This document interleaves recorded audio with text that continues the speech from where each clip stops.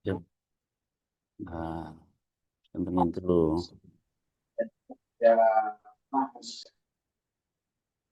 Alhamdulillah, malam ini Bismillahirrahmanirrahim. Alhamdulillahirrahmanirrahim.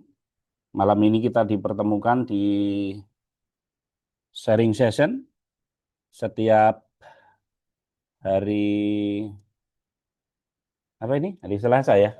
Hari Selasa dengan pemateri-pemateri yang dari seluruh Indonesia. Malam ini spesial sekali karena pematerinya adalah eh, generasi yang masih sangat muda. Nanti beliau akan menceritakan kalau pekan kemarin dari Boyolali, Mas Mario tentang eh, mengawali dunia bisnis properti, ini bagaimana anak muda sukses membangun bisnis properti. Seperti biasa, malam ini akan disampaikan materi ataupun pengalaman satu arah 30 menit kira-kira. Kemudian nanti 30 menit kemudian dilakukan tanya jawab atau nanti dari Mas Dede ingin mengubah formasinya juga nggak ada masalah. Eh, Malam ini temanya adalah seperti yang sudah di-share tentang rahasia developer muda bangun proyek properti dari Bandung. Kemudian nanti di akhir sesi kita akan sedikit pesan sponsor dari pesantren agar teman-teman yang bergabung malam ini juga ngerti di pesantren sedang ada info-info apa gitu ya. eh Malam ini Mas Dede sampun sudah masuk ya. Mas Dede, Assalamualaikum Mas Dede. Oh, ini belum ntar. Atau yang masuk dari sini, yang 24 orang, baru 24 orang, kira-kira ini dari mana saja boleh ditulis di kolom chat.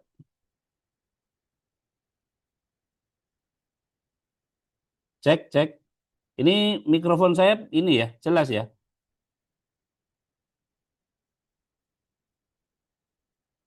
Oh, Solo. Ada dari lain. Biasanya saya ada beberapa yang kenal. Ini ada beberapa yang nggak kenal. Oh, ada dari Bogor.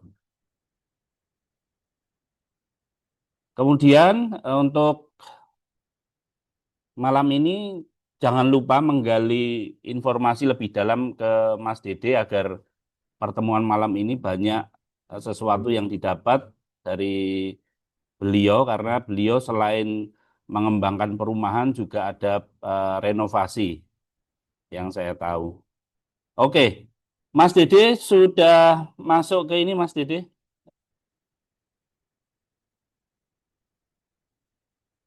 Belum bisa ini, Bu. Mas Dede, Assalamualaikum.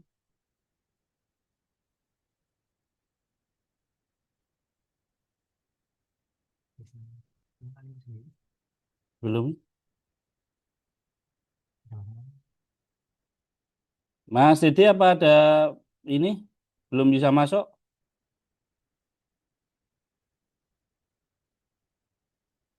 Hmm. Mohon maaf, masih proses menunggu connect ya. Kemudian yang sudah masuk ke bisnis properti siapa aja ya? Boleh dikirim di kolom chat.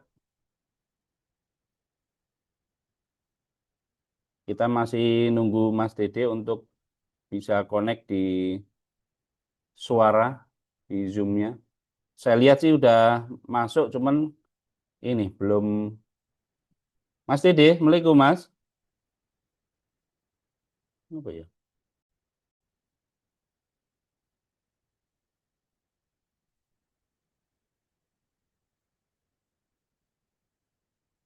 Anak udah belum. Cek, cek.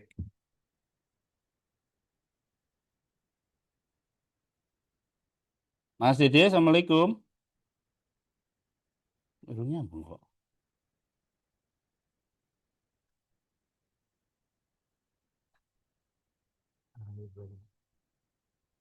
Oke. Oke, kita masih nunggu eh, teknis ya dari tim teknis. Teman-teman yang sudah masuk di bisnis properti, mohon ini tulis di kolom chat.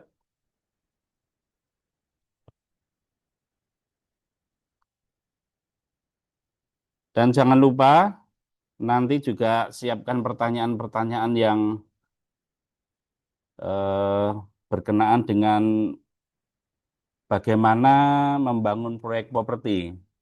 Kebetulan Mas Dede ini tidak hanya developer, tetapi juga renov.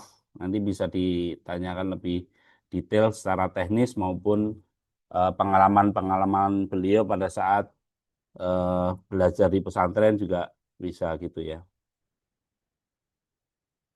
Kita coba ini lagi, Mas Dede,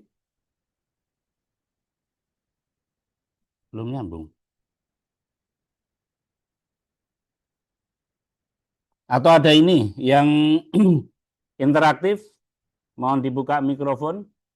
Dari mana ini? Yang dari Solo atau dari Bogor?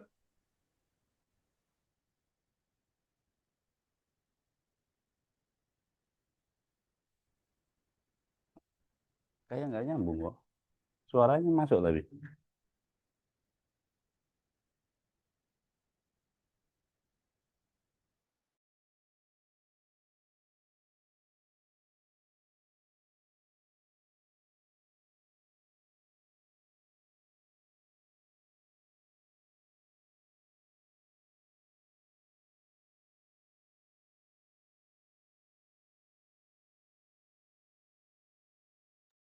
Oke, Pak Joko Harsoyo bisa masuk ke ini, Pak.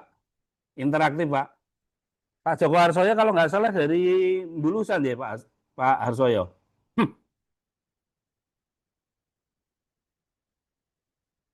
Pak Joko Harsoyo. Ya, ya, ya. Oh, Bulusannya di mana, Pak? Bulusan Di berapa?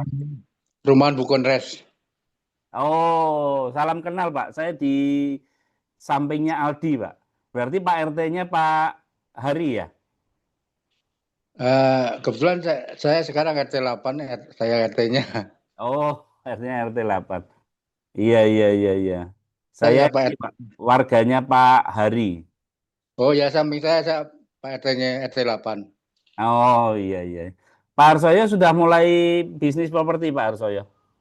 Belum nih, mau belajar nih Pak. Nah, ini kebetulan.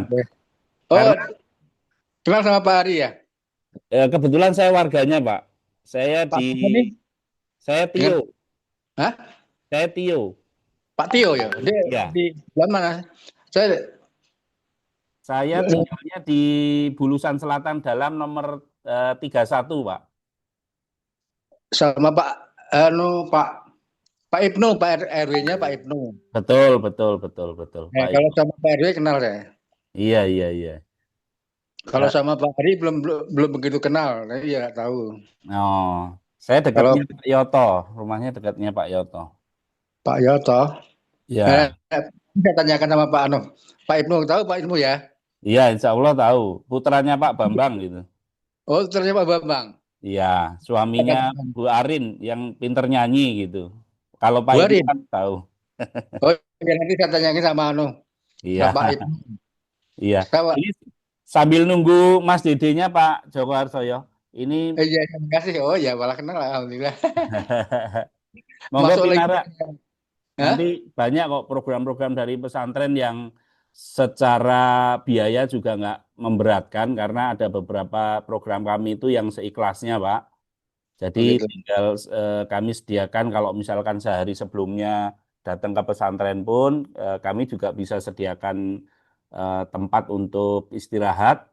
Namun satu kamar itu biasanya sharing, Pak, sama Oh peserta iya. lain gitu. Ya udah nanti saya belajar sana dan ke Lumbang. Saya Ya, soalnya dapat nih Pak, kalau webinar gini kadang-kadang bingung saya. Iya, iya. Salam kenal Pak Joko Harsoyo. Iya ya, terima Ya, kasih. Oh ya, kenal sama Pak Ibnu ya. Tanya ya, Joko. tahu. Kalau saya mungkin nggak terlalu terkenal Pak, karena kan di luar kota terus Pak saya. Oh, Jadi, Mbak Arif ya namanya. ya, dari 5 tahun yang lalu ini keliling terus Pak. Oh, jadi maksudnya sama Mbak siapa yang di sini Mbak Arin. Iya, Arin itu istri saya Pak. Oh iya ya. Putranya Pak Bambang. Iya, Sama rumahnya Gang berapa namanya? Saya tulisnya. Bulusan Selatan Dalam nomor 31. Lulusan Selatan Selatan Dalam Nomor 31. nomor 31 ya. Oke oke oke. Nanti saya ini. Ya, Oke. Makasih Pak Dio. ya sama-sama Pak. Ada yang mau interaksi lain? Mungkin bertanya tentang pesantren atau program-program atau seperti apa, monggo.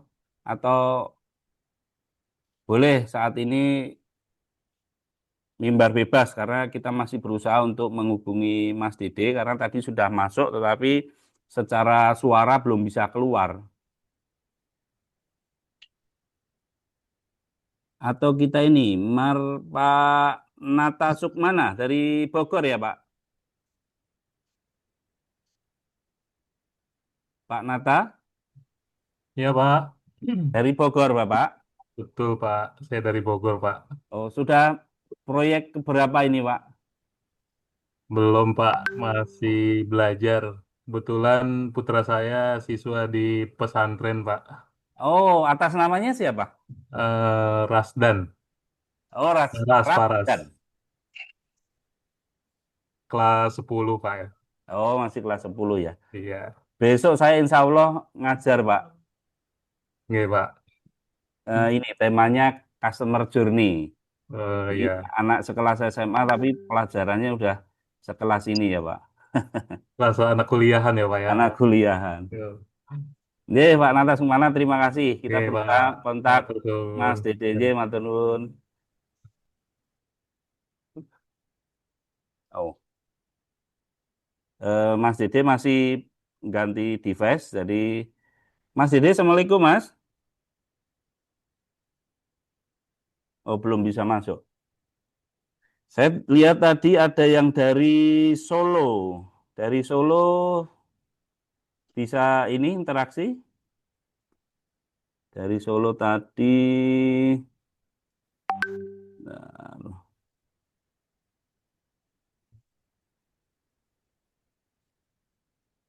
apa-apa ya, ngobrol santai dulu. Karena sharing session ini apa namanya, live-nya memang dari lokasi pemateri masing-masing dan kok hilang kok. Nah, Pak Dio. Ye, Pak Joko gimana Pak? Pak Joko. Tadi Pak Oh, atau Bambang Pak Harsoyo? kenal sama Pak Bambang Suratman tuh ya? Oh, Pak Suratmannya tahu, tapi saya Bambang Sugeng, putranya Pak Bambang Sugeng. Oh, Bambang Sugeng ya. Saya kenal Bambang. Oh, Iya. Bambang Sugeng ya. Saya tanyakan sama istri saya nih. Soalnya istri saya aktivis di situ RW. Oh, Aktivis kalau Pak RW. yang terkenal istri saya, Pak, karena Oh, pasti kenal. Soalnya kalau istri saya tuh aktivis RW. Pak oh RW Ibu sama Bu Sinten, RW. Hah? namanya Ibu Sinten. Bu Dewi. Oh, Ibu Dewi. Oh, jen jen jen jen. Kenal dia. Saya sama sampai Bu Lurah, Bu kenal dia. Bu Lurah, Jen Bu jen jen. Camat kenal semuanya. Yang terkenal Hmm. ini sekarang lagi meeting nih tentang apa nih? Ya mau piknik tuh dia jadi apanya koordinatornya. Oh. Ye. Semoga nanti Eh, belajarnya lancar, Pak. Pak Arsoyo. Pak Bambang tadi, Pak Bambang siapa? Bambang Sugeng. Pak Bambang juga nggak? Nanti saya tanyaan. Ya, ya. Satu nomor 31 ya? Ye. Oke, oke. Nanti saya cari nanti. Ye, Pak Gimana? Arsoyo. Ye, Assalamualaikum. Ye. Pak Sigit, Serandaan Bantul. Oh, udah mulai ini ya, Pak Sigit. Sudah mulai, tapi di agensi, ya.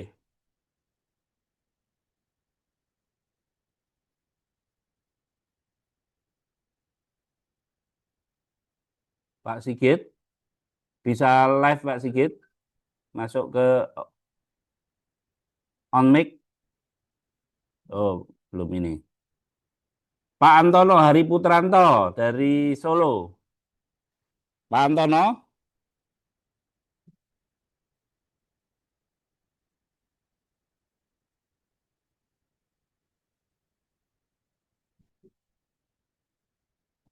oh je, wes. Pak Antono, Solonya di mana Pak?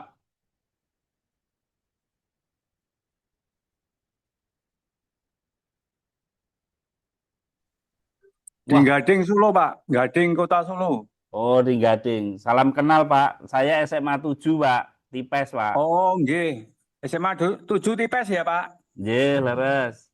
Nggih. Pak, Pak Antono posisi sudah mulai bisnis properti, entah agensi, entah developer Pak, atau renovasi. Kalau saya Pak, eh, sementara ini baru ikut kantor agen properti di Solo, Pak.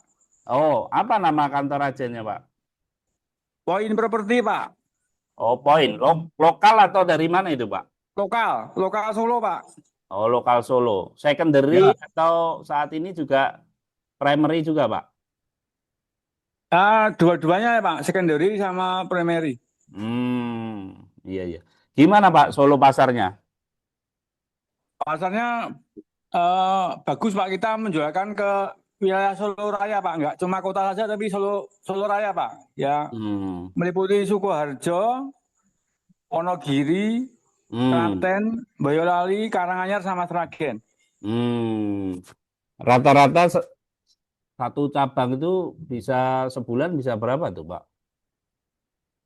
Kita cuma menjualkan saja, Pak. Kita kantor pusatnya di Solo, terus kalau nanti ada buyer umpamanya ke Boyolali, kita langsung antar ke sana, Pak. Jadi kantornya cuma satu di Solo saja. Oh, oke oke oke. Bisa dibantuin tuh Pak yang di Wonogiri, proyek kita Pak, Balik Tuanku. Oh, baik. Main aja Baik, ke Bapak. sana.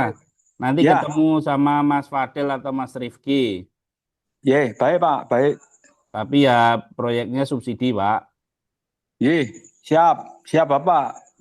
Pak Antono, terima kasih Pak. Ye, sami-sami, Bapak. Mas Dede, Nun Sewu sudah bisa Mas Dede? Siap, Mas. Insya Allah. Wes, Alhamdulillah. Alhamdulillah. eh Langsung aja gitu ya Mas, sudah ditunggu-tunggu ini. Siap, Mas. Insya Allah. Oke. Tanpa memperpanjang waktu lagi, kita langsung saja eh, mendengar pengalaman ilmu yang sangat luar biasa dari Mas Dede. Waktu dan tempat kami persilahkan. Matur nuwun. Assalamualaikum warahmatullahi wabarakatuh. Ya. Ini videonya ada nggak? Oke. Tampil nggak ya ininya? Saya ada 2 nih device-nya. Bentar. Oke.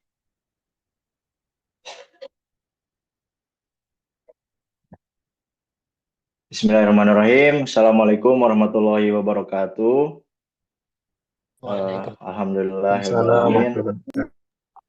Asyhadu an la ilaha illallah, asyhadu anna Muhammadar Rasulullah, Rabbi shrah li sadri wa yassir li amri wahlul 'uqdatam min lisani yafqahu qawli, amma ba'du. Segala puji milik Allah, alhamdulillah. Pada kesempatan malam ini, saya sebelumnya ucapkan terima kasih kepada Mas Fajar ya, yang sudah mengundang dari sisi acara ini.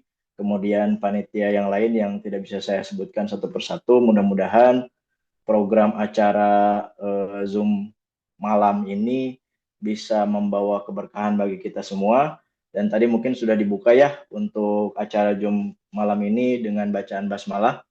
Mudah-mudahan apa yang saya sampaikan juga ini bisa bermanfaat buat bapak-bapak ibu sekalian ataupun teman-teman sekalian.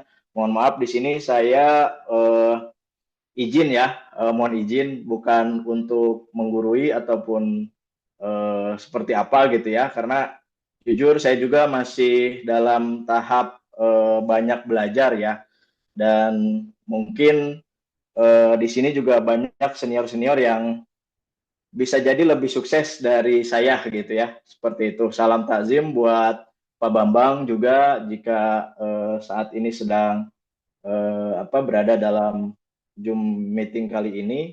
Mudah-mudahan guru kita ini selalu berada dalam lindungan Allah Subhanahu wa taala, dalam kesehatan yang paripurna, kemudian tadi ya berkah barokah ilmunya, kemudian tadi bisa lebih banyak bermanfaat lagi tentunya untuk santri-santri kita khususnya di Sentolo dan umumnya bagi kita semua, insya Allah, amin ya Allah ya Rabbal alamin. Sebelumnya boleh ditampilkan dulu ya untuk tampilannya.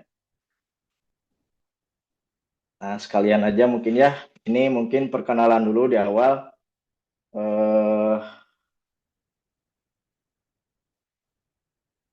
Next, Kang Fajar, di slide aja. Ya, sebelumnya saya memperkenalkan diri ya. Nama saya Dede Rahmat Hermawan, aslinya dari Ciamis ya. Kemudian sekarang untuk aktivitas itu di developer, properti dan kontraktor. Kemudian saya juga di sini sebagai CEO dari Quick Pro Realty Indonesia, karena di bawahnya ini ada beberapa perusahaan juga yang sudah berjalan ya, baik itu dari konstruksi ataupun interiornya. Nah, ini mungkin secara garis besar bahwa PT Quick Pro Realty Indonesia ini adalah wujud komitmen ya untuk mendefinisikan ulang standar properti modern. Nah, ini yang memang saya bawa di PT Quick Pro Realty Indonesia ini adalah bagaimana menghadirkan properti yang bisa diserap oleh market ya, khususnya mungkin gen milenial dan gen Z gitu ya, seperti itu. Dan kami hadir di awal tahun 2020-an gitu ya, dengan proyek yang cukup menjanjikan saat itu gitu ya. 2 lantai hanya 400 jutaan gitu, dan qadarullahnya di pertengahan 2020 itu kan ada Covid gitu ya. Tapi alhamdulillah ala kulli hal bisa menyelesaikan proyek, dan sampai saat ini sudah berjalan proyek yang ke-7. Alhamdulillah, yaitu yang ini yang sedang ditampilkan adalah Z Living Garden di Padalarang. Next, Kang. Nah, ini ya, sejak awal berdiri kita memang bisa memberikan kepercayaan ya kepada konsumen khususnya gitu ya. Dan selebihnya alhamdulillah kita sudah handover semua dari puluhan unit yang memang kita kerjakan, dan unit-unit yang lainnya yang memang kita juga concern di bidang konstruksinya. Seperti itu. Next, Kang. Nah, ini proyek kami sebelumnya, yaitu ada di Greenfield Cianjuang 1, 2, kemudian ada di Bumi Sariwangi 1 dan 2, kemudian ada di Lembah Hijau, kemudian ada Cigugur Resort dan El Mansion, kemudian ada SC House Cibaligo. Semuanya ini mungkin bisa dilihat ada di profilnya di di website ya, www.quickproland.com, seperti itu. Dan konstruksi yang lainnya mungkin ada beberapa, yaitu di Tasik dan di Bandung khususnya gitu ya, yang memang sekarang juga alhamdulillah tidak henti-hentinya saya ucapkan syukur bisa dengan tim gitu ya, bisa membangun semua ini dengan amanah, dengan dilaksanakannya dengan baik, seperti itu. Next, Kang. Nah, ini mungkin untuk proyek kami yang sedang running saat ini. Kemarin kita buka di di akhir 2024 ya, gitu. Mulai penjajakan dengan pemilik tanah, kemudian alhamdulillah bisa dealing dan berjalan sampai sekarang itu sudah terbangun di 15 unitan gitu ya. Kemudian untuk master plan ini emang 2,5 hektar Kang di Padalarang ya. Tapi untuk saat ini yang memang sudah rilis gitu ya, itu 60 unit seperti itu. Dan ini adalah tipe unitnya. Next, Kang. Nah ini mungkin saya izin ini dulu ya, teasernya dulu gitu ya. Seperti itu saya sampaikan. Oh sebelumnya Kang, maaf untuk sesinya setelah pemaparan nggak ada tanya jawab atau seperti apa ya? Mohon izin. Saya dikasih waktu berapa menit nih biar menyesuaikan dulu nih. Sorry. Panitia. Nggak apa-apa, dilanjut aja, Kang. Oh, oke. Siap. Nggak ada batas waktu ya, Kang? Atau gimana nih? Jam 9:30. Nanti kita Masya maksimal Allah. 9:10 ini. Usahakan udah selesai. Siap. Atur nuhun, Kang. Yeah. Ya, ini gambaran bagaimana klaster kami ini memang berawal dari kebutuhan ya, kebutuhan akan hunian yang kompak. Kemudian selanjutnya adalah bagaimana kita bisa menjangkau gen milenial dan gen Z gitu ya, yang notabene itu kurang aware ya kalau misalnya terhadap hunian gitu ya, apalagi mungkin investasi di properti gitu ya. Nah ini saya juga kemarin menarik gitu ya, menyimak beberapa podcast gitu ya, baik itu dari Renal Kasali ataupun Mardigu gitu ya. Itu juga salah satunya hal yang sangat menantang gitu ya. Saya untuk bisa memberikan produk yang bisa delivery lah gitu ya untuk kalangan gen milenial dan gen Z gitu. Dan untuk itulah Z Living Garden ini hadir gitu ya di tengah tadi ya hosting backlognya untuk kalangan milenial lah seperti itu ya khususnya gitu. Dan umumnya mungkin tadi masyarakat yang memang butuh rumah gitu ya, walaupun misalnya usianya di atas milenial seperti itu. Next, Kang. Kalau dilihat dari desain-desainnya memang kami adalah desain-desain modern ya, Kang ya, modern minimalis seperti itu. Next. Nah, ini adalah set plan-nya yang alhamdulillah sudah disahkan gitu ya secara ini di dinas setempat gitu ya, khususnya mungkin di Kabupaten Bandung Barat. Dan alhamdulillah untuk setiap proyek kami itu memang mengutamakan fasilitas one gate system ya, seperti itu. Menganutnya kemudian row jalannya cukup besar juga, dan row utama itu yang memang sudah terrealisasi di tahap 1 itu di 8,5 meter seperti itu. Dan nanti bakal dilengkapi dengan playground, kemudian masjid gitu ya, kemudian tadi ya taman tematik seperti itu. Dan kita memang mengusung green concept gitu ya, seperti itu. Next. Nah, ini alhamdulillah untuk develop ini di tahap 1 itu sudah sold out ya.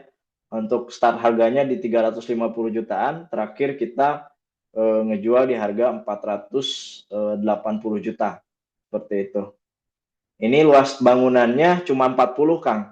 Ya, tipe mezanin seperti itu. Dan luas tanahnya di 60. Next. Nah, ini untuk denahnya. Dan mungkin ini gambaran terlebih dahulu ya bagi teman-teman atau kawan-kawan yang memang apalagi yang memang belum pernah buka atau baru saja mau merintis di bidang developer misalnya gitu ya. Ini saya kasih gambaran umum dulu. Next. Sebelum nanti kita bicara inti di untuk tema kali ini kan mengelola resiko ya di bisnis properti seperti itu. Nah, ini kita tidak tidak setengah-setengah gitu ya, Kang ya, kalau dalam memasarkan properti yang sekiranya ini adalah kelas menengah gitu ya, atau kelas menengah atas gitu. Ya, kita gambar dengan interiornya yang cukup menarik gitu ya, seperti itu dari sisi visual. Nah ini mungkin kan kalau bagi Gen milenial dan Gen Z kan konsep yang open space ya, yang sekarang digandrungi itu untuk lantai bawahnya gitu.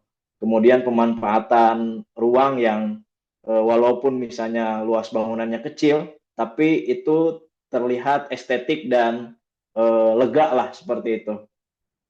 Next kan. Nah ini untuk tipe deluxe-nya start di 500 jutaan. Alhamdulillah kita juga sudah menjual kurang lebih unit ini di 8 unitan ya. Periode mungkin 4 sampai 5 bulan terakhir seperti itu. Nah ini startnya, kemudian kelebihannya adalah split level ini sih sebetulnya gitu ya. Jadi hunian 2 lantai rasa 3 lantai seperti itu. Next.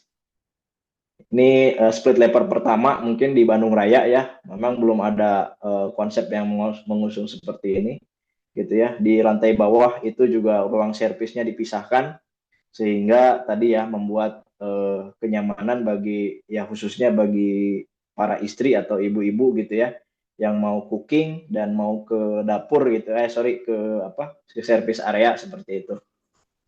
Nah, seperti itu ya. Next, kan. Nah, ini untuk gambaran interiornya. Dan kita juga jual ini ya, jual paketan gitu ya, jual paket dengan interiornya seperti itu. Next, kan.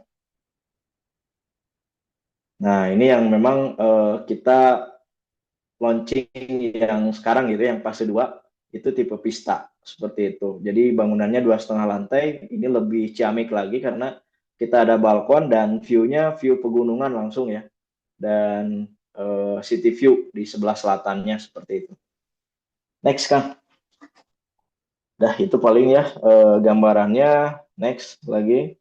Nah ini di start di 700 jutaan dan alhamdulillah sudah keluar 2 unit ya seperti itu. Dan kita memang alhamdulillah sejauh ini tim kita komplit ya, ada tim desain interiornya, kemudian di kontraktornya juga ada gitu ya, bagian sipilnya. Dan alhamdulillah selama 5 tahun ini kita menjalankan proyek dengan baik gitu ya, berjalan dengan lancar. Dan terakhir mungkin tadi ya, kita clean and clear secara legalitas gitu ya, secara perizinan seperti itu. Next kan. Oke, itu aja mungkin ya untuk awalan. Selanjutnya kita akan bahas di manajemen risiko ya di developer. Ini untuk overview dari PT Quick Prograde Indonesia. Kemudian tadi ada proyek-proyek sebelumnya. Kemudian alhamdulillah pada 2025 ini kita juga sedang mempersiapkan gitu ya untuk membantu program pemerintah yaitu program KPP gitu ya, rumah subsidi gitu ya, dan insya Allah akan kita buka di daerah Cikawao di Majalaya kurang lebih di 1,4 hektar kan, seperti itu. Itu untuk gambarannya. Mangga sejauh ini ada yang mau ditanyakan dulu sebelum ke slide berikutnya ataupun presentasi yang utamanya dari arahan dari MC.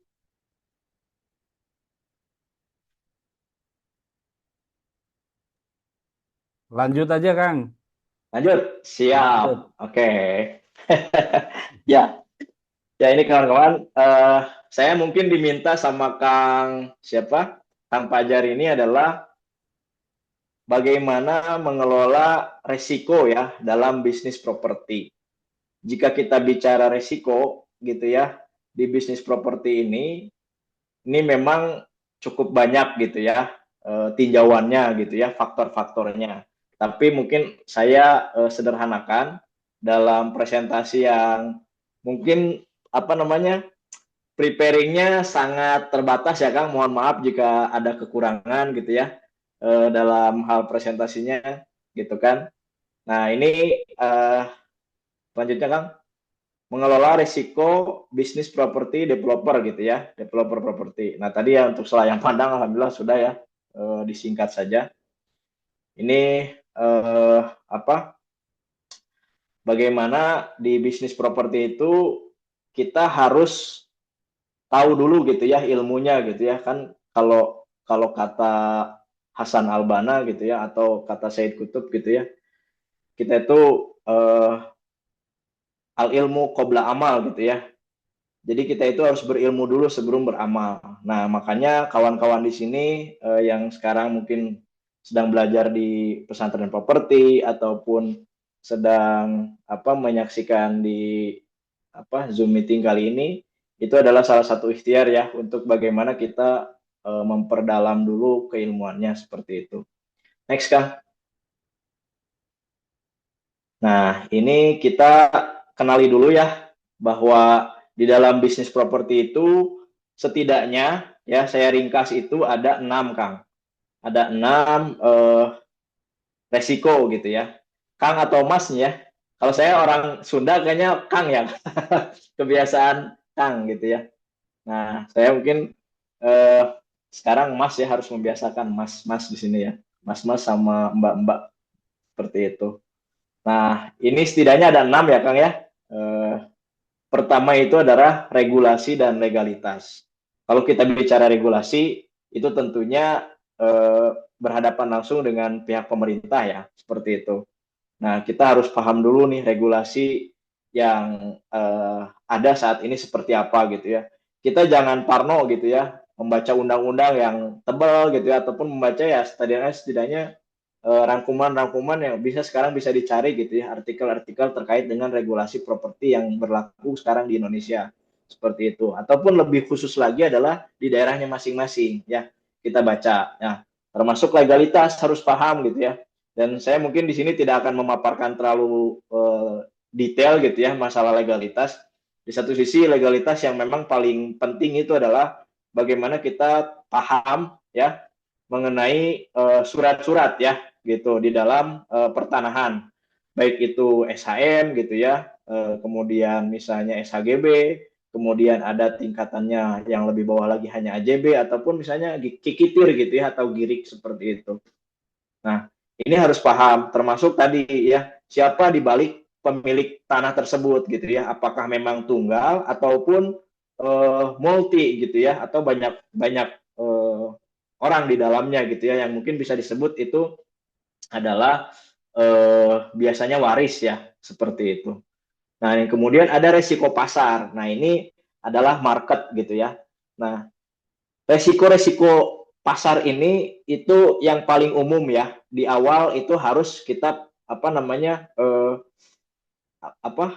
minimalisir dulu lah gitu ya, karena ketika resiko pasar ini kita salah menentukan gitu ya untuk nanti spek produknya ataupun harga produknya, itu kemungkinan terjualnya itu tidak terjualnya itu sangat tinggi seperti itu. Makanya di resiko pasar ini adalah resiko yang kedua gitu. Setelah resiko yang tingkatan paling pertama itu adalah legalitas. Ini banyak developer yang gagal paham terkait dengan legalitas gitu ya. Bahkan ada yang beli tanahnya itu dari calo gitu ya, ataupun misalnya tadi ya bilangnya mah hak waris gitu ya, ternyata bukan anaknya gitu kan. Nah, ini kan yang perlu diverifikasi dan divalidasi. Kalau sudah gagal di awal di legalitas gitu ya, ataupun misalnya yang kedua di kita menentukan produknya kita gagal gitu ya, itu resiko tidak terjualnya ataupun gagal proyeknya itu pasti tinggi ya, seperti itu. Dan yang ketiga adalah resiko finansial. Nah, resiko finansial di sini adalah bagaimana tadi ya kita memanage cash flow ya. Nah, nanti mungkin akan saya sedikit singgung ya terkait finansial ini gitu ya.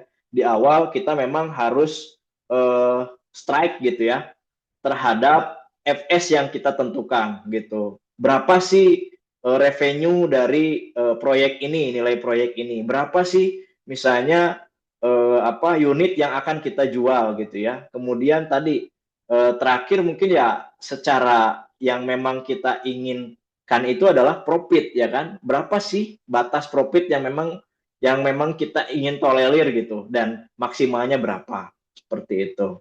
Nah, menarik sih sebetulnya untuk pembahasan ini kalau kita bedah gitu ya satu-satu. Tapi di sini mungkin saya hanya ulasan saja. Selebihnya saya percaya di kelasnya Properti Sentolo itu lebih dalam lagi, lebih tajam lagi di kupasnya gitu ya. Nah, seperti itu. Selanjutnya itu ada risiko pembangunan. Nah, banyak developer yang sudah clear perizinan, sudah clear desain, sudah clear di FS, tapi ternyata mangkrak di pembangunan gitu. Ataupun tadi mengelola risiko pembangunannya itu belum bisa gitu ya, atau nggak tuntas seperti itu. Banyak gitu. Ada yang ngejanjiin ke konsumen itu 6 bulan, ternyata udah 1,5 tahun atau 2 tahun belum handover gitu ya. Ya mungkin banyak ya teman-teman yang secara kasat mata dilihat gitu ya proyek-proyek di daerahnya masing-masing seperti itu gitu ya. Ataupun ya hal yang lain ya ditipu kontraktor lah gitu ya. Kemudian tadi bagaimana tidak bisa membayar kontraktor misalnya dari sisi developer mah gitu ya. Seperti itu. Nah, kemudian ada faktor yang kelima itu adalah resiko eksternal. Resiko eksternal ini bisa berdampak dari alam, bisa ya. Misalnya bencana gitu ya, ataupun apa gitu ya. Dulu saya pernah dengar Pak Bambang pernah gitu ya, Bu guru kita tuh pernah gitu ya, ada menghadapi resiko eksternal gitu. Nah ini harus diperhitungkan bagaimana kita juga recovery-nya seperti apa nih, apakah memang diasuransikan gitu ya, ataupun seperti apa, itu harus dimitigasi, seperti itu. Untuk selanjutnya itu ada resiko reputasi ya. Resiko reputasi ya tadi ya, kalau misalnya teman-teman baru terjun di dunia properti ya otomatis mungkin belum ada reputasi, belum ada portofolio gitu ya di properti tersebut. Nah, itu mungkin kawan-kawan sekalian atau Bapak Ibu sekalian bahwa kita kenali dulu ya. Jadi ada 6 macam untuk resiko dalam bisnis properti, saya singkatnya seperti itu gitu ya.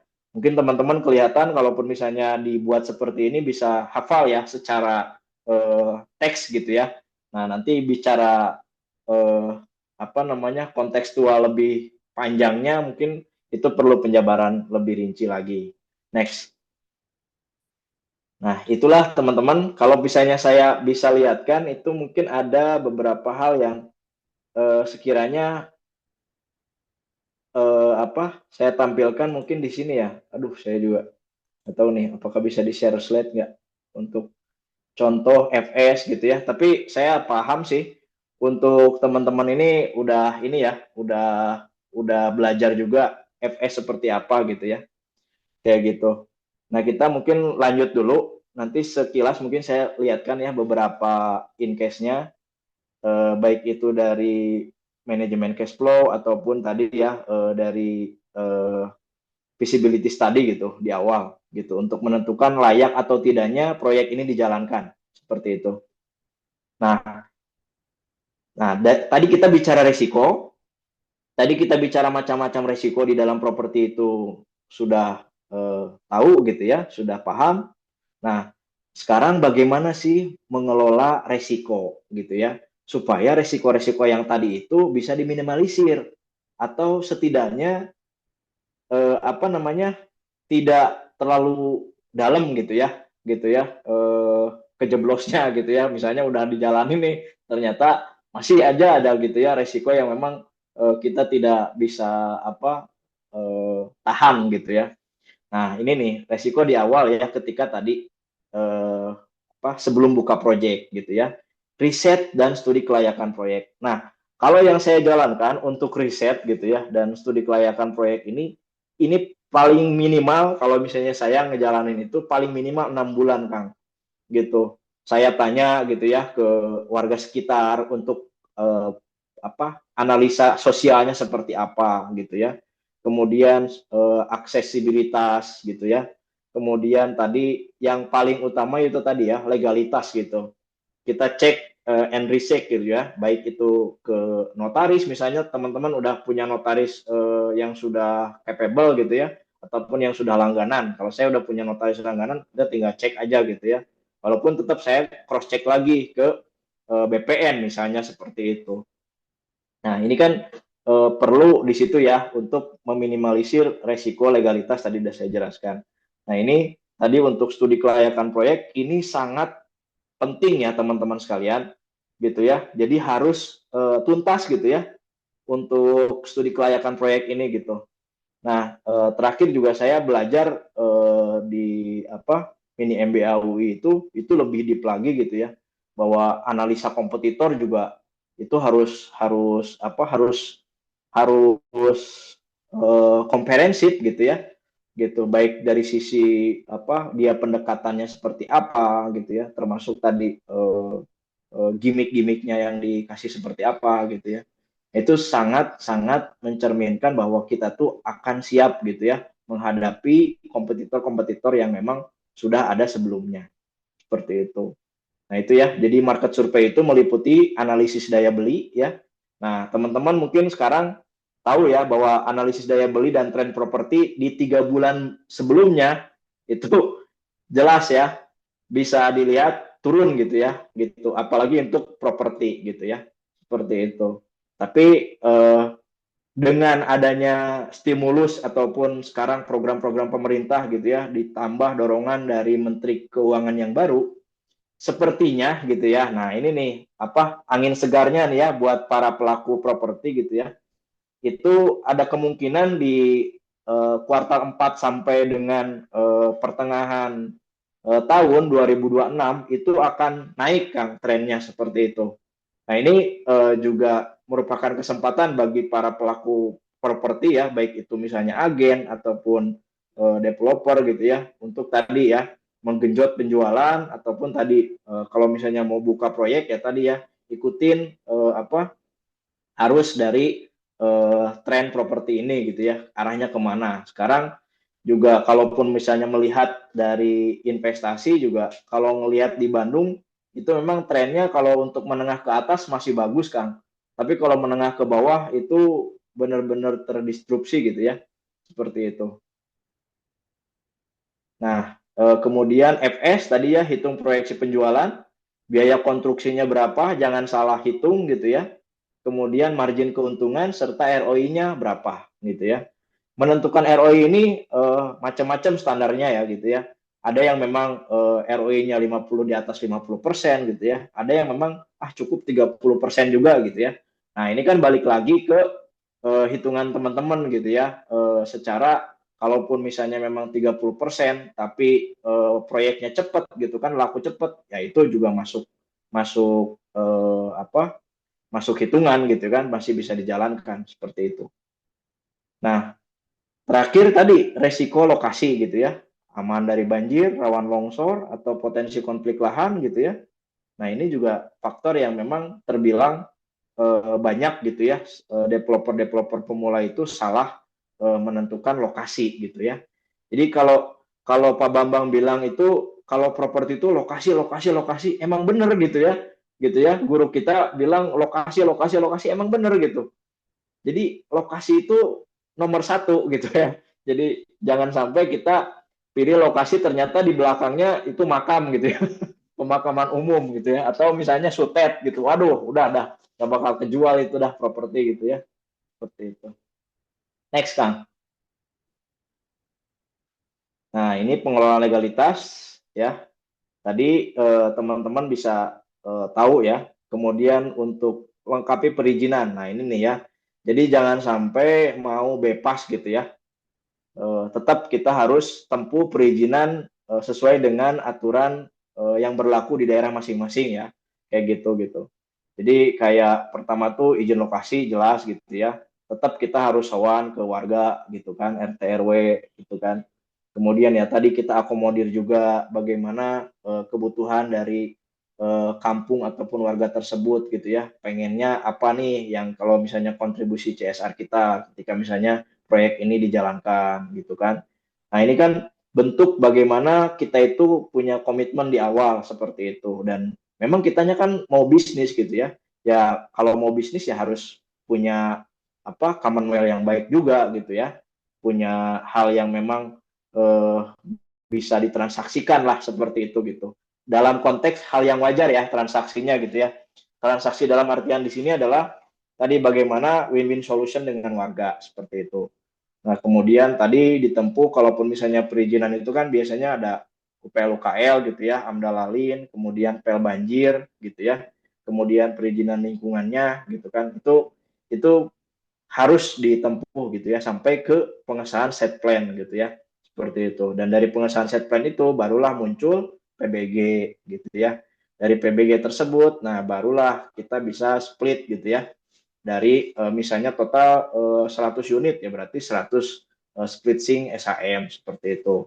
Nah, kita tentukan juga kalau misalnya dari awal kita pakai PT atau pakai CV gitu ya atau misalnya pribadian, ya tetap kita harus hitung ya dalam tanda kutip itu pajak-pajak gitu ya.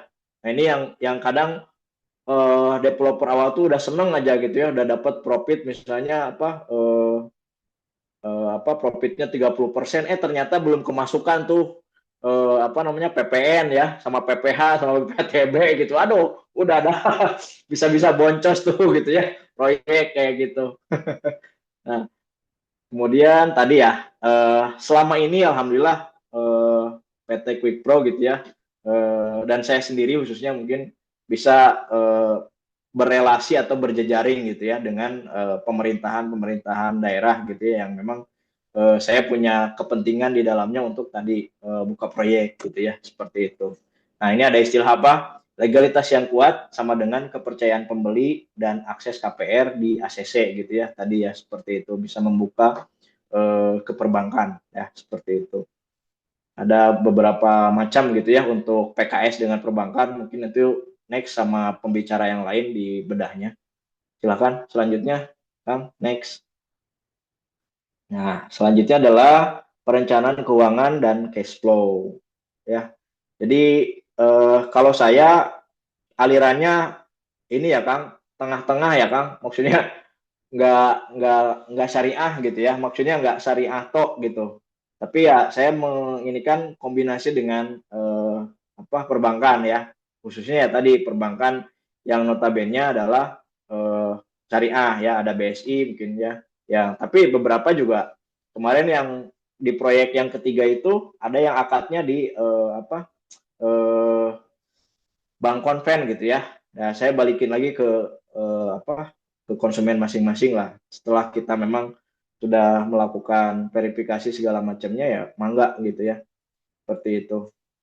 Nah, ini kalau masalah pendanaan, alhamdulillah Kang, saya memang notabene adalah orang yang cukup ketat gitu ya dalam permodalan gitu ya. Dan selama proyek ini, alhamdulillah saya nol investor dan nol perbankan hutang gitu ya. Gitu. Dalam artian ya tadi saya masih percaya akan unit cash-cashan gitu ya di awal seperti itu. Dan yang saya andalkan adalah penjualan. Bagaimana bisa penjualan itu cepat ataupun laku? Ya tadi dari sisi desain, dari sisi market kita memang sangat intens gitu ya. Secara perhitungan di desain ataupun tadi di penentuan di posisi market gitu ya ataupun tadi harga gitu ya seperti itu. Nah, jadi teman-teman bisa melakukan kombinasi ya. Tadi apakah memang modal sendiri cukup atau misalnya pakai investor. Investornya jangan jauh-jauh ya. Misalnya ring satu dari keluarga teman-teman ataupun misalnya dari sanak saudara gitu ya misalnya gitu ya dikumpulin di crowdfunding gitu ya. Tapi tadi dengan pengelolaan yang transparan seperti itu. Terus kemudian kalau misalnya konsumen yang pertama nih terapkan sistem escrow gitu ya. Jadi bisa pakai rekening bersama misalnya gitu. Bagaimana si dana ini bisa dilihat secara transparan ya dikelolanya seperti itu. Apalagi yang memang cash-cashan gitu ya. Nah, perlu saya sampaikan juga bahwa saya tidak pernah menerima cash keras 100% Kang. Gitu. Pertama jatuhnya goror, yang kedua juga ya tadi ya banyak hal yang memang melatar belakangi hal itulah gitu ya. Dari proyek yang pertama sampai yang sekarang alhamdulillah saya kalaupun misalnya kategorinya cash keras itu pasti ada retensi paling minimal 10% seperti itu. Dan paling paling banyaknya 20% gitulah, seperti itu. Terus kontrol cash flow secara ketat. Nah, ini kejadian ya. Market properti itu tidak selamanya bagus gitu ya. Gitu. Contohnya ini 3 sampai 4 bulan terakhir gitu ya. Jadi ketika cash flow-nya kurang bagus seperti ini, maka proyek kita masih tetap aman, masih tetap berjalan seperti itu. Ya. Jadi ada dana buffer ya, ada dana cadangan gitu. Ya minimal bisa bertahan 5 sampai 6 bulan gitu ya. Kalau misalnya nggak ada penjualan, ya idealnya sih tadi dalam 1 tahun proyek gitu ya. Biasanya 10% dari FS ya, biaya proyek gitu, dari yang ditetapkan. Seperti itu, Kang. Next. Kemudian, nah ini nih ya, tadi ada resiko gagal bangun ya. Nah ini adalah manajemen konstruksi, manajemen proyek gitu ya. Dari awal kita harus tentukan kalau misalnya penjualan kita mengutamakan cash-cashan gitu ya, jangan bermain di misalnya ya, kalau misalnya cukup tipis juga gitu ya, si profitnya gitu ya, jangan main di pola kontraktor yang pertama gitu ya, itu belum ada track recordnya gitu kan. Kemudian tadi ya, dari sisi adendumnya, dari sisi perjanjiannya itu nggak jelas gitu ya, gitu. Baik itu speknya, kemudian tadi dia nggak tahu secara teknis gitu ya, paham konstruksinya juga mungkin standar bawah banget gitu kan. Nah ini harus apa ya, selektif lah di sini gitu ya. Ataupun misalnya yang kedua, oke misalnya dilaksanakan sama kita juga kontraktornya, tapi tadi kita hire juga orang yang ahli di dalamnya gitu ya. Ada misalnya ada orang sipilnya gitu kan, ada yang pengalaman di di kepala mandornya misalnya seperti itu, dan kepala tukangnya misalnya ada gitu kan, yang memang sudah punya track record sering mengerjakan konstruksi bangunan misalnya seperti itu ya. Terus terapkan juga project management system. Nah, dari sinilah kita bisa kontrol gitu ya terhadap tim kita di bawah gitu ya. Khususnya mungkin tim konstruksi gitu ya. Nah, kalau saya sih disederhanakan gitu ya, di developer itu hanya ada PM aja seperti itu, dan supervisornya gitu kan. Nah, ada timeline, ada milestone, ada kontrol biaya. Ini standar ya sebetulnya, tapi tadi ya, hal yang memang perlu kita kontrol minimal seminggu sekali gitu ya. Kita cek gitu ya untuk pencapaian mingguannya gitu kan. Gitu, jangan sampai ya tadi lost doll gitu ya. Seperti itu. Kemudian audit rutin kualitas pekerjaan ya, menghindari komplain di kemudian hari gitu ya. Tadi ya, bagaimana kita tahu.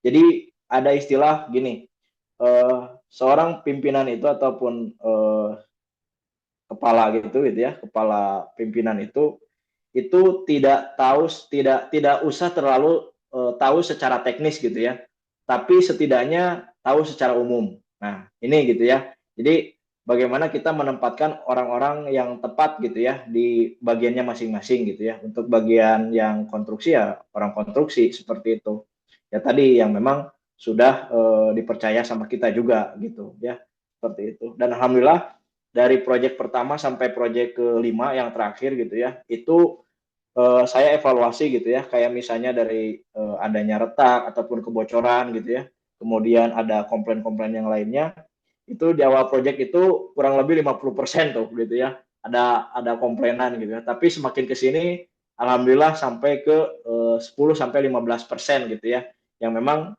itu juga rincian pekerjaan komplainannya itu yang tadinya ada 7 sampai 10 item kemudian berkurang gitu ya, hanya 3 sampai 2 item kayak gitu.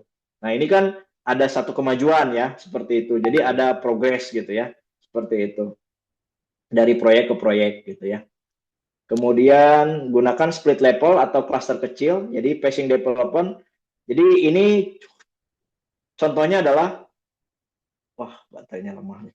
Ntar saya ambil ini dulu Kang, maaf ya, kita pause dulu. Saya ambil casan ini dulu.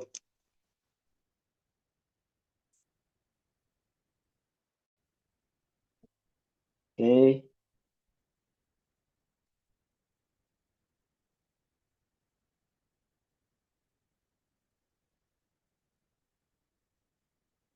Yes, alhamdulillah. Oke, bisa dilanjut ya Kang?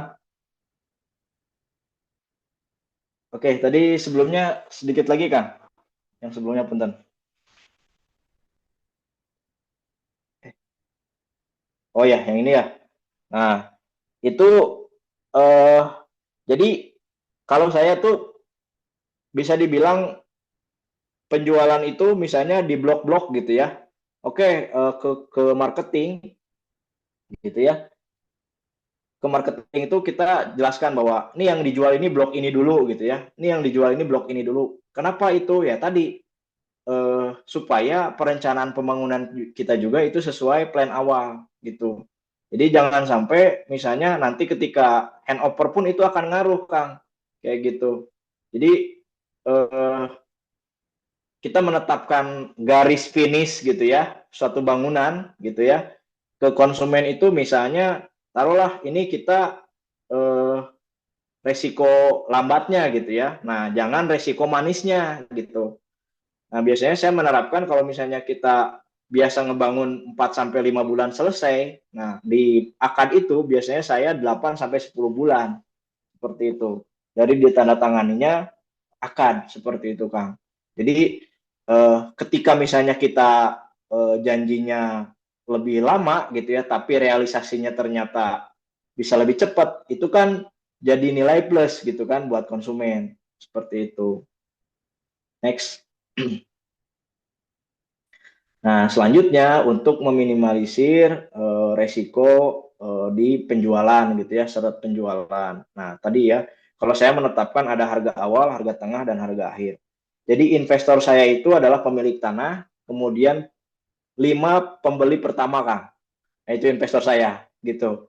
Jadi untuk harga awal itu kurang lebih 3 sampai 5 unit lah, seperti itu. Tapi bukan apa jual rugi ya, tapi jual HPP misalnya seperti itu. Jadi jangan sampai salah kaprah gitu ya. Jadi jual rugi aja gitu, bukan, tapi jual HPP gitu, kayak gitu. Dan ini ada strateginya adalah launching bertahap gitu. Dan kemudian yang kedua perkuat brand, reputasi developer gitu ya, banyakin testimoni, ada track recordnya, kemudian tadi tersertifikasi RAI atau RAB. Itu adalah salah satu memperkuat brand gitu ya. Banyaklah caranya gitu ya untuk memperkuat brand gitu ya. Tadi bagaimana juga kita bisa kalaupun misalnya ada apa cash flow lebih ataupun misalnya kita anggarkan konsultan gitu ya, konsultan brand dalam 1 tahun gitu supaya kita bisa di bridging gitu ya, brand kita itu dari misalnya dari yang nggak dikenal sampai ke dikenal gitu ya di daerah tersebut seperti itu. Dan alhamdulillah sejauh ini mungkin kalau Bandung Raya ya alhamdulillah lah developer juga diperhitungkan gitu ya seperti itu. Kemudian tadi manfaat digital marketing ya manfaatkan ya untuk sekarang juga banyak ya apa namanya tools-tools gitu ya, termasuk AI gitu ya, Canva gitu ya. Itu hal-hal yang wah lonjakan yang luar biasa lah kalau menurut saya untuk di dalam apa namanya dunia digital gitu ya, digitalisasi seperti itu dan itu harus dimanfaatkan gitu ya. Dan ini saya memanfaatkan Gen Z gitu kan, orang-orang yang ada di dalamnya Kang. Jadi otak Gen Z itu otak kreativitas kalau sekarang saya lihat sih gitu ya, kayak gitu. Jadi saya apa namanya nyimpen orang yang memang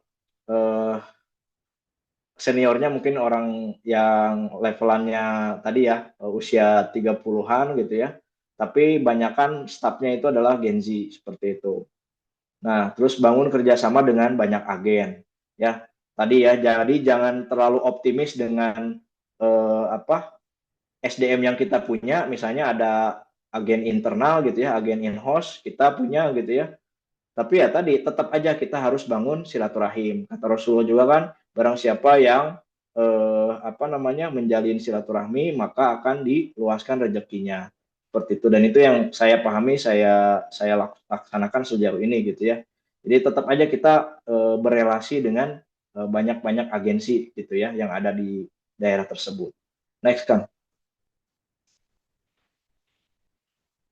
Kemudian resiko eksternal itu tadi ya, kalau misalnya memang ada potensi apa namanya bencana alam ataupun apa gitu ya. Nah ini mungkin satunya itu. Kemudian yang memang yang paling umumnya ya tadi ya diversifikasi portofolio gitu ya. Jadi jangan hanya bergantung di satu proyek.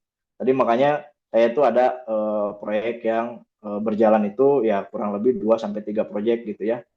Termasuk tadi yang apa konstruksian gitu ya, kontraktoran kayak gitu. Alhamdulillah. Seperti itu. Next, Kang. Nah, ini ya bahwa kita itu kalau misalnya dengan konsumen kan alhamdulillah sejauh ini yang beli di kita gitu ya itu suka di-update gitu ya progres gitu ya kayak gitu. Kalaupun misalnya nggak mingguan banget ya bulanan lah seperti itu gitu ya atau 2 minggu sekali seperti itu. Supaya tadi apa? Supaya trust dengan konsumen tuh tetap dijaga gitu ya gitu. Kemudian sediakan layanan after sales untuk menjaga kepercayaan. Nah, tadi ya ketika misalnya sudah beli gitu ya, jangan dibiarin sama salesnya itu gitu ya. Tetap kita report progress, tetap kita tawarin barangkali tadi bisa referral. Kalau saya ada program referral gitu ya. Bagaimana ketika misalnya yang udah beli itu mereferalkan ke saudara-saudaranya atau ke ring-ring 1 atau ring 2-nya gitu ya. Ketika itu closing, nah itu kita kasih apa sales fee gitu ya seperti itu lumayan 1-2% seperti itu kan gitu dia nggak ngapa-ngapain cuma ngasih database doang kayak gitu ya itu mungkin ya secara gambaran mitigasi resiko di apa namanya di pengelolaan proyek. Selanjutnya udah selesai. Nah ya kan selesai alhamdulillah ya. Itu kan secara umumnya ya kalaupun misalnya nanti ada pertanyaan monggo dipersilahkan. Ya, langsung aja teman-teman, rekan-rekan yang sudah hadir di Zoom meeting malam ini, materinya sangat lengkap, komplit, tapi butuh pendalaman, monggo silahkan misalkan rekan-rekan mau bertanya langsung, kita kasih kesempatan prioritas. Kalau misalkan yang ngomong langsung sudah tidak ada, baru kita masuk ke yang kolom chat. Monggo yang ingin bertanya atau komunikasi dengan Kang Dede, dipersilahkan. Masuk Kang Dede. Ini Pak Fahrozi. Oke, Mas. Silakan Pak, langsung Pak. Oke, Assalamualaikum warahmatullahi wabarakatuh. Waalaikumsalam. Waalaikumsalam warahmatullahi wabarakatuh. Gini Kang, kita kan ini ya, pengen skillnya di pengembang properti ya. Cuman kadang kita kan yang istilahnya membimbing teknis, kemudian mungkin ikut join terkait dengan proyek kita. Bisakah Kang Dede ini apa? Mungkin kalau kita punya proyek awal bisa ikut bantu kami masuk mungkin di struktur atau mungkin apa nanti kita kasih istilahnya sharing apa ya, saham atau apa gitu istilahnya untuk memperkuat portofolio kita agar bisa dipercaya oleh pihak ketiga, mungkin pihak dari perbankan atau mungkin pihak dari yang lain gitu Kang Dede. Terima kasih. Langsung aja mungkin Kang. Pak Fahrozi dari mana Pak Fahrozi? Saya Demak ini Kang Dede. Dari Demak. Oh, monggo Kang Dede. Ya, atur nuhun Mas Fahrozi ya atas pertanyaannya. Jadi kalau untuk saat ini kami memang belum bisa membuka untuk tadi ya Mas join gitu ya. Dalam artian tadi kalau misalnya kita sekedar konsultasi, insya Allah saya masih bisa bimbing Mas. Maksudnya dalam artian tadi ya kalau misalnya mau ada pertanyaan ataupun seperti apa, boleh mangga chat pribadi aja atau telepon aja seperti itu. Karena memang keterbatasan mobilitas juga ya Kang gitu ya. Jadi di satu sisi sih kalaupun misalnya tadi ada opportunity untuk bisa dikerjasamakan, ya mangga nanti kita lihat gitu ya seperti apa lahannya, kemudian tadi bagaimana skemanya, apakah memang join modal ataupun seperti apa gitu. Gitu aja Kang. Mudah-mudahan bisa cukup membantu menjawab. Oke, terima kasih. Ya, monggo ada yang lain? Halo, Assalamualaikum. Waalaikumsalam. Wah, ini idola saya. Ali, silakan Pak. Selamat malam. Assalamualaikum Mas Tio sama Mas sama Dede Rahmat ya. Ya, selamat malam Mas.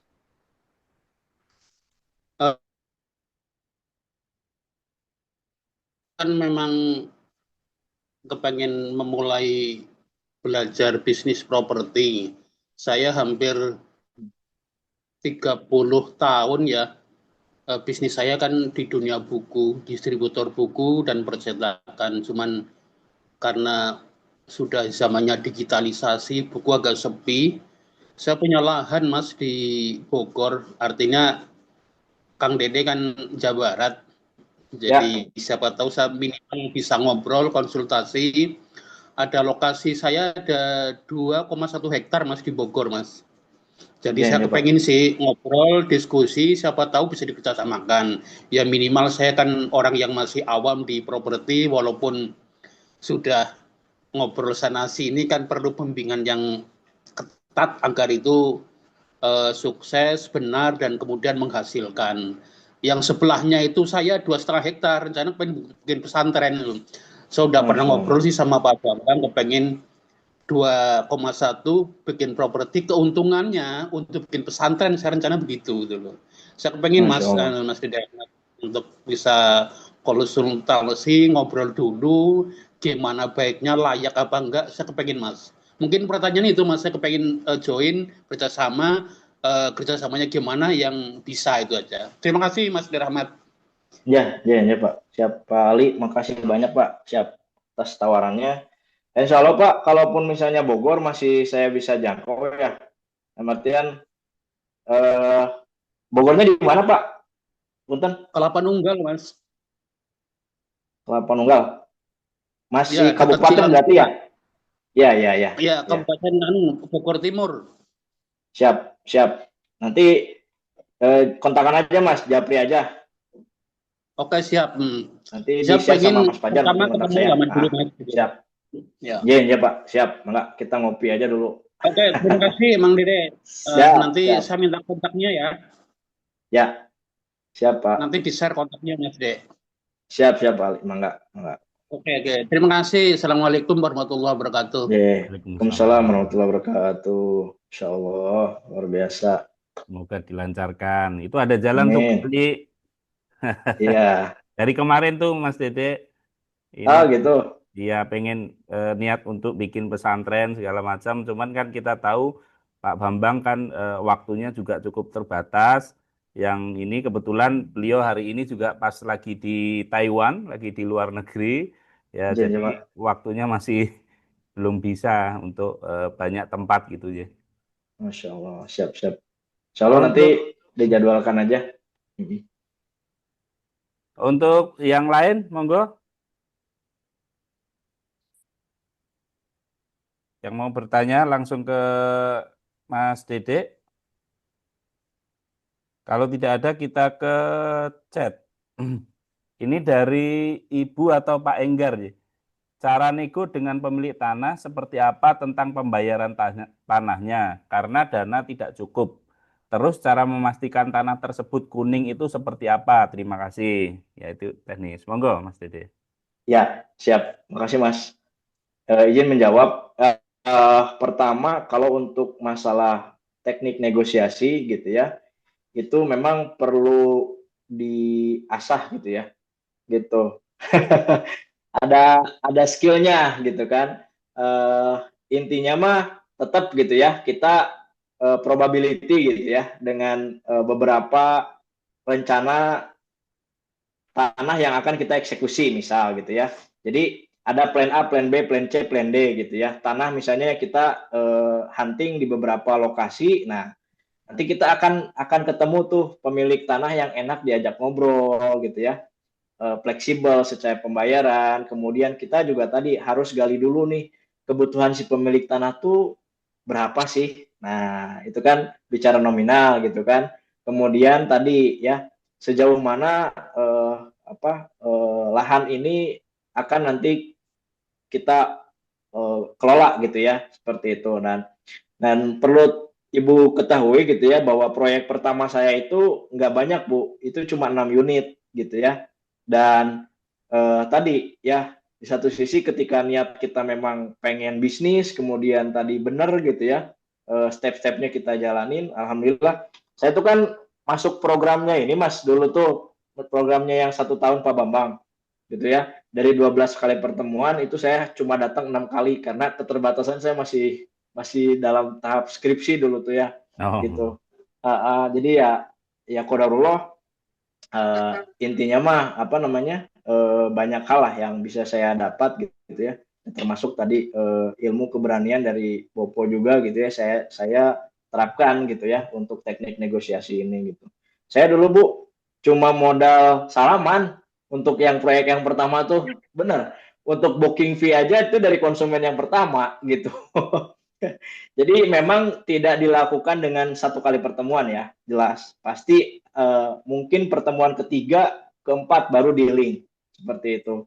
Dan tadi kunciannya adalah kita gali dulu nih kebutuhan dari pemilik tanahnya itu seperti apa. Misal ternyata dia tuh cuma butuh 100 juta gitu, atau misalnya 500 juta dalam berapa bulan Bu, misalnya gitu ya, dalam berapa bulan Pak gitu.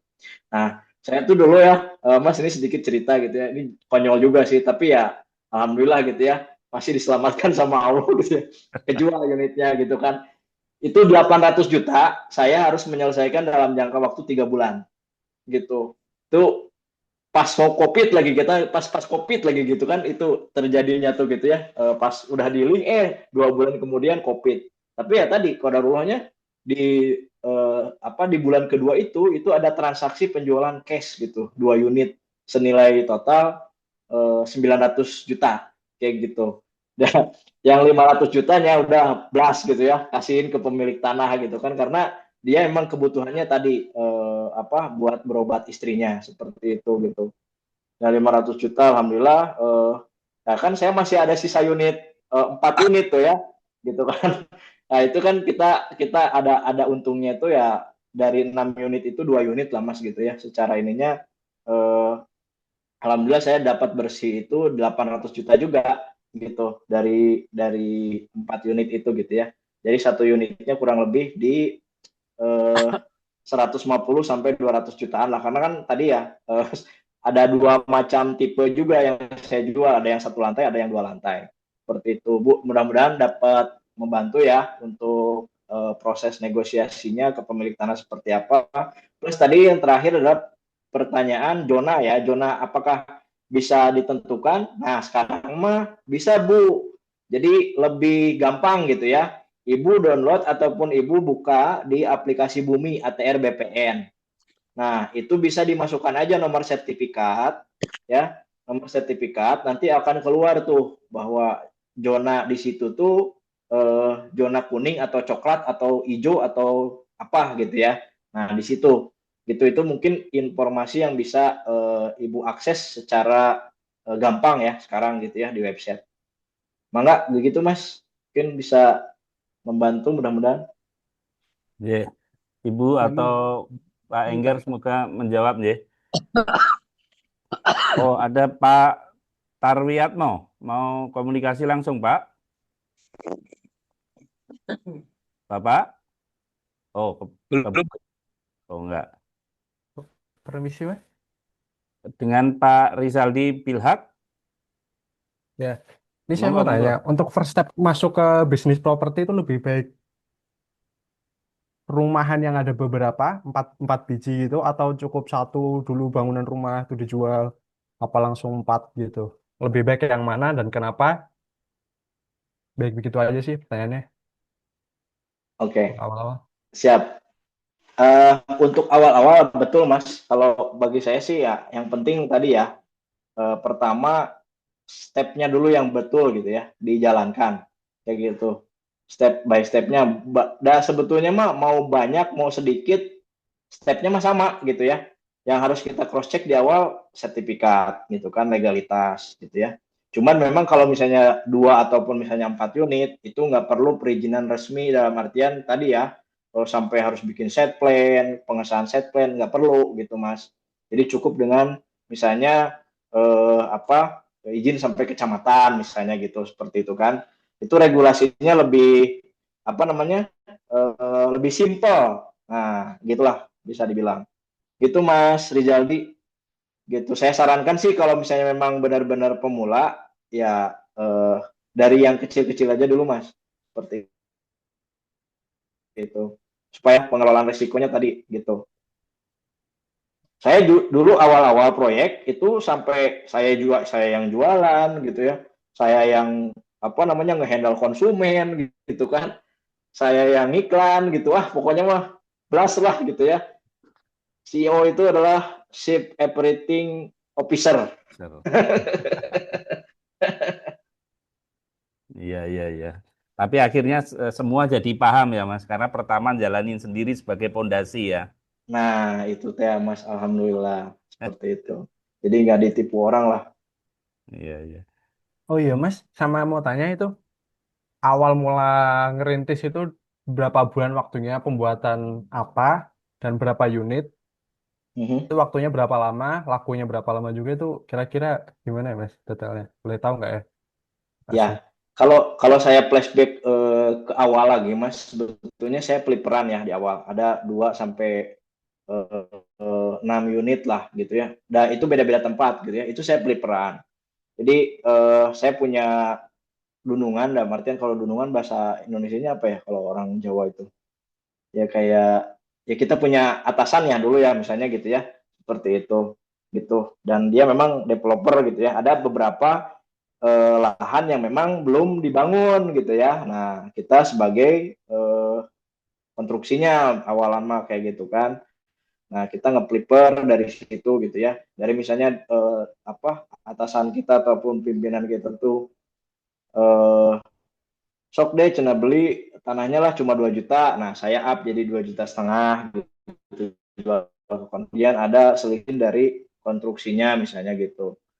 Nah, jadi tetapkan Mas dari awal kita mau jadi developer atau ya tadi kita jadi apa namanya peliperan. Kalau peliperan sih sebetulnya tadi ya arahnya nanti ketika kita bakal ngambil akuisisi ataupun ngambil rumah-rumah yang tadi ya bermasalah dengan bank misalnya gitu ya, ataupun misalnya memang dari renovasian gitu ya kita flipper misalnya gitu.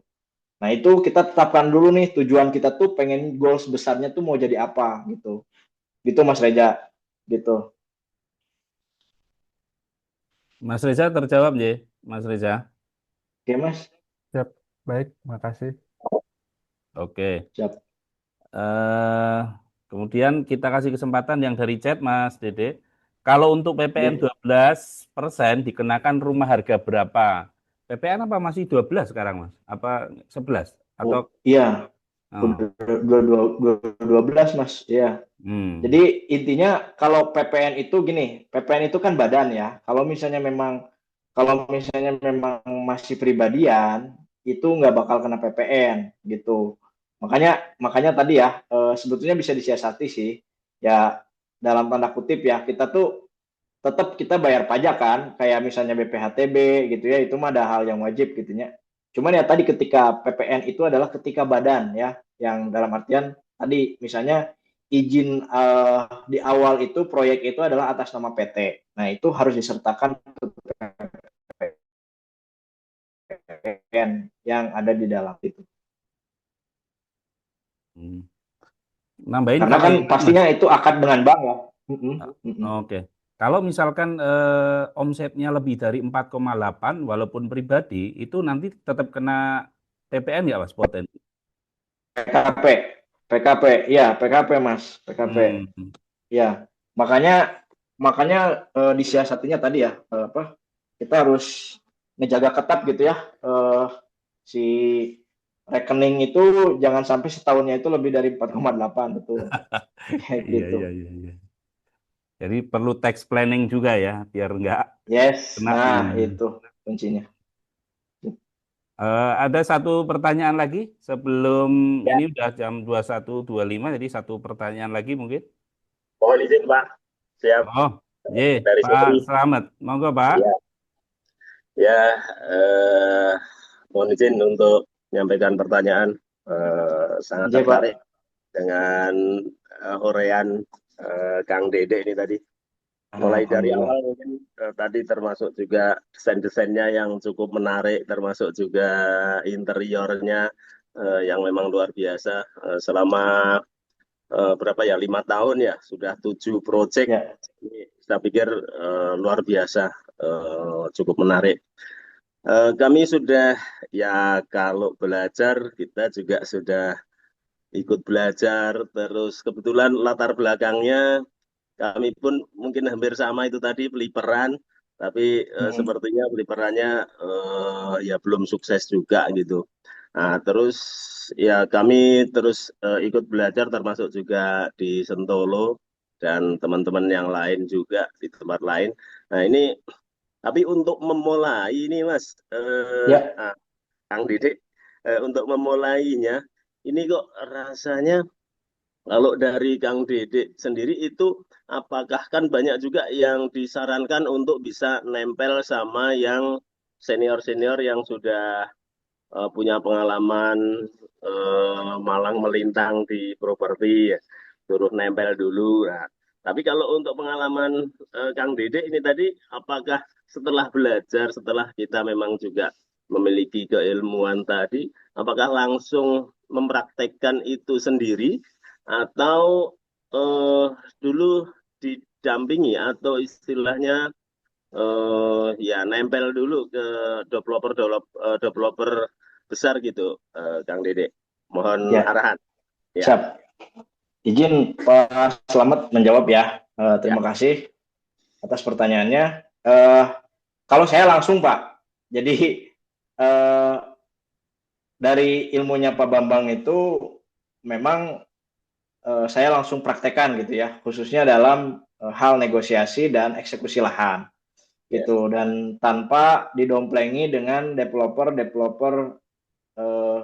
sorry dalam artian senior ataupun yang udah ini ya, yang udah buka proyek duluan gitu.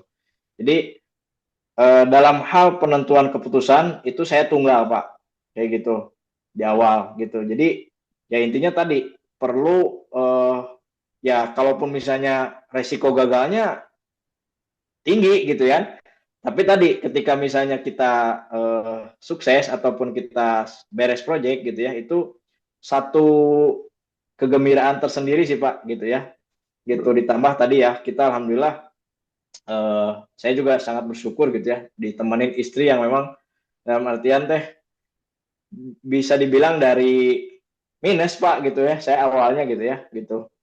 Dan alhamdulillah sekarang bisa berada di titik sampai saat ini seperti itu. Kayak gitu Pak. Ketika ada kesulitan-kesulitan, kan pertama pasti oke lah, mungkin sampai tanah sudah dapat termasuk strategisnya dan lain-lain tadi. Nah, itu terus kita sudah menjual gitu. Nah, ketika memang mungkin dari kelima proyek ini, ketika memang oh iya ini set plan sudah jadi, tapi proses penjualannya istilahnya mentok gitu, pernah terjadi seperti itu nggak, Kang Dede? Oh iya, sempat Pak, dan artian itu pasti hal yang memang dipastikan pasti selalu ada Pak. Momen ataupun di mana stuck penjualan itu pasti ada gitu. Tapi kalau dalam kamus saya gitu ya, itu sebetulnya tidak ada produk yang tidak laku. Yang ada itu adalah produk kita yang belum tersosialisasikan atau terpasarkan dengan baik gitu, atau terinformasikan dengan baik gitu ke market, seperti itu Pak. Itu prinsip saya ya, ataupun ya memang harus dipegang sama pimpinannya sih Pak gitu ya. Jadi biar otak kita itu berpikir strategi yang lain gitu loh. Gimana caranya supaya bisa produk ini terjual, seperti itu. Nah, dengan pemanfaatan teknologi sekarang, itu saya mungkin kasih tahu ke Bapak Ibu sekalian.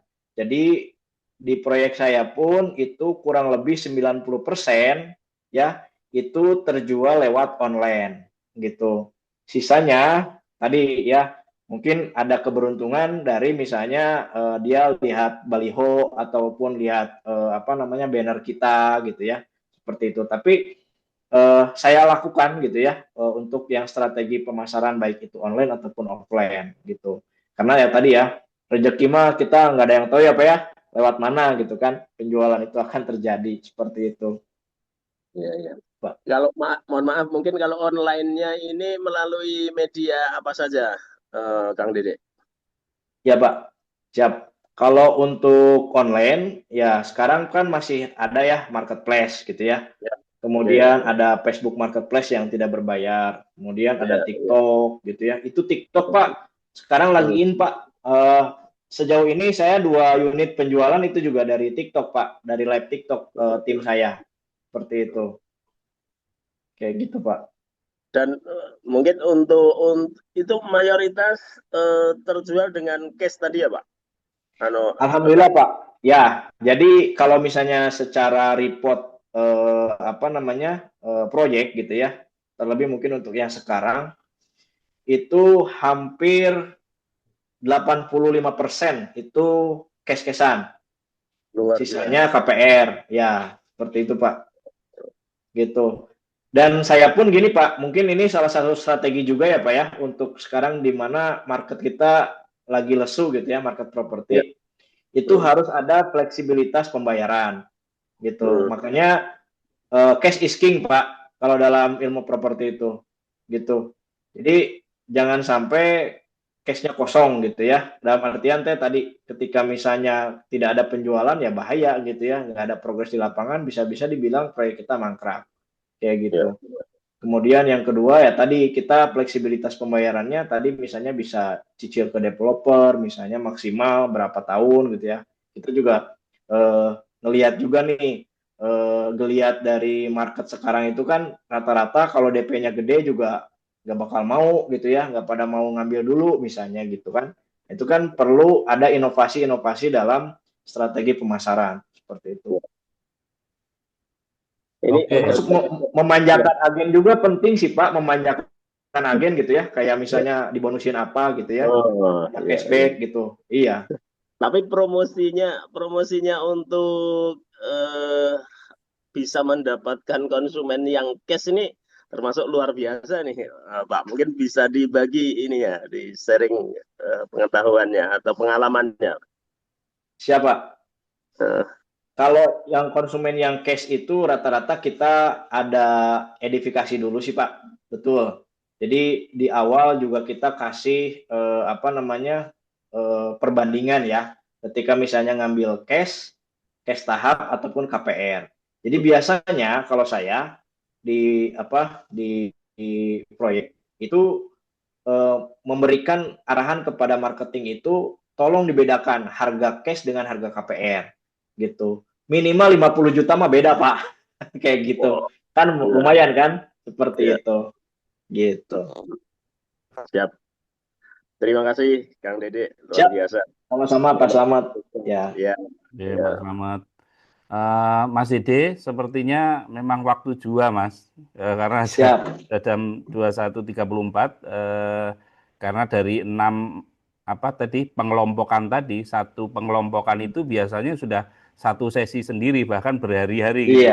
Ini disampaikan komplit dalam satu meeting Zoom meeting, sehingga ya pasti butuh waktu yang lebih panjang. Jadi saya mohon izin untuk menyampaikan overview sedikit tentang update di pesantren, kemudian nanti Mas Dede closing statement baru kita akhiri gitu ya Mas Dede. Oke, yes, terima kasih rekan-rekan dari pesantren properti. Saat ini ada program yang berjalan berupa divisi, beberapa divisi yang saat ini sudah berjalan. Kemudian ada satu divisi nantinya yang akan dimulai di insya Allah dalam waktu dekat. Doakan saja bisa di tahun depan atau di akhir tahun depan. Yang pertama yang sudah berjalan seperti yang kita tahu adalah training center, yaitu divisi yang menyelenggarakan training-training ataupun pelatihan-pelatihan jangka pendek berupa CSR dengan pelatihan seikhlasnya, biasanya full day training disampaikan oleh Pak Bambang Ibnu langsung.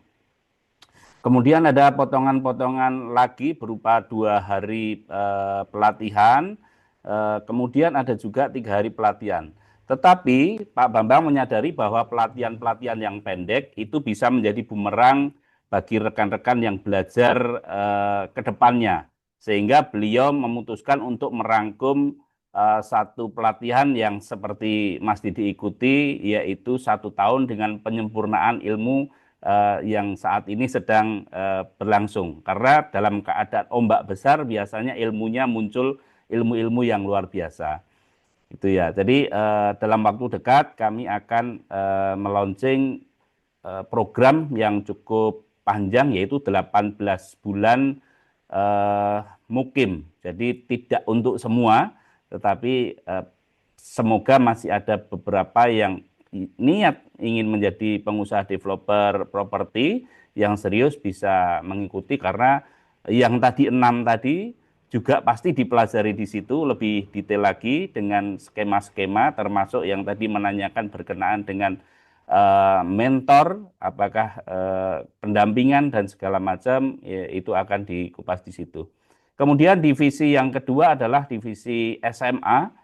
Jadi Pak Bambang memikirkan tidak hanya dari umur yang selepas SMA, tetapi dari SMA beliau sudah memikirkan bagaimana ilmu properti itu sudah dikuasai atau dipelajari oleh anak setingkat SMA, yaitu SMA Sibos. Di situ sudah ditargetkan bahwa lulus sekolah tidak hanya mendapatkan ijazah, tetapi mendapatkan 1 bundle sertifikat. Kemudian dalam kegiatannya juga anak-anak ini berusaha mencari pendapatan sendiri, misalkan untuk trip ke Malaysia, Singapura, ataupun Thailand. Hal itu berfungsi untuk agar anak-anak ini punya daya juang yang lebih dibanding hanya menerima uang dari orang tua.